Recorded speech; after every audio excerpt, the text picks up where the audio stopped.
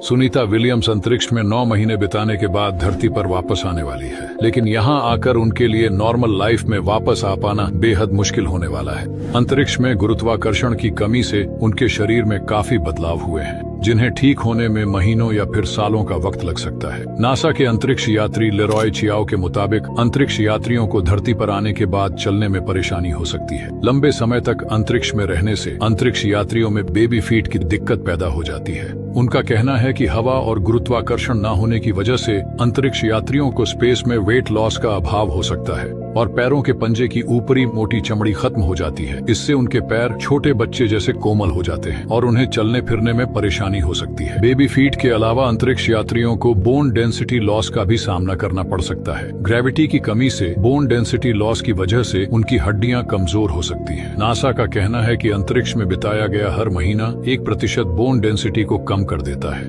क्या आपको पता है इंटरनेशनल स्पेस स्टेशन के अंदर बैठे लोग सिर्फ एक दिन में 16 बार सूर्य को निकलते और ढलते हुए देखते हैं। ऐसा इसलिए होता है क्योंकि ISS 27,000 किलोमीटर प्रति घंटे की स्पीड से पृथ्वी का चक्कर लगाता है और सिर्फ 90 मिनट में दुनिया का एक चक्कर लगा देता है। इस हिसाब से एक दिन में पृथ्वी के 16 बार चक्कर और 16 ही सनराइजर्स और सनसेट्स। हैरानी की बात यह है कि जब इस पर डायरेक्ट सनलाइट पड़ती है तो तापमान लगभग 121 डिग्री सेल्सियस तक पहुंच जाता है, और जब यह पृथ्वी के पीछे छुप जाता है और सनलाइट इस पर नहीं पड़ती, तब इसका तापमान -157 डिग्री सेल्सियस तक पहुंच जाता है और यह ठंडा गर्म हर 90 मिनट में ISS पर होता रहता है। ISS पृथ्वी की सतह से लगभग 400 किलोमीटर ऊपर है।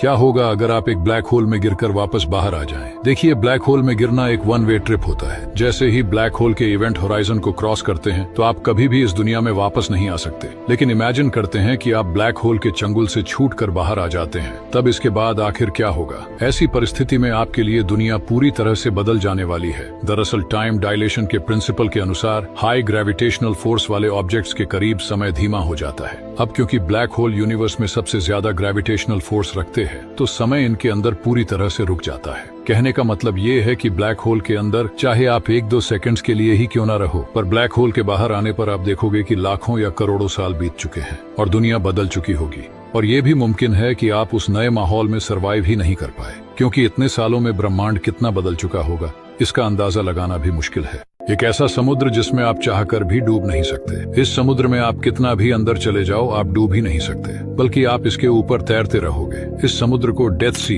यानी मृत सागर के नाम से भी जाना जाता है और यह पृथ्वी का सबसे खारा समुद्र है। डेथ सी जॉर्डन और इजराइल के बीच मौजूद बहुत ही खारे पानी का सागर है। यहाँ मौजूद पानी में बाकी समुद्र के मुकाबले 10 गुना ज्यादा नमक है। इसके पानी में 35% नमक मिला हुआ है।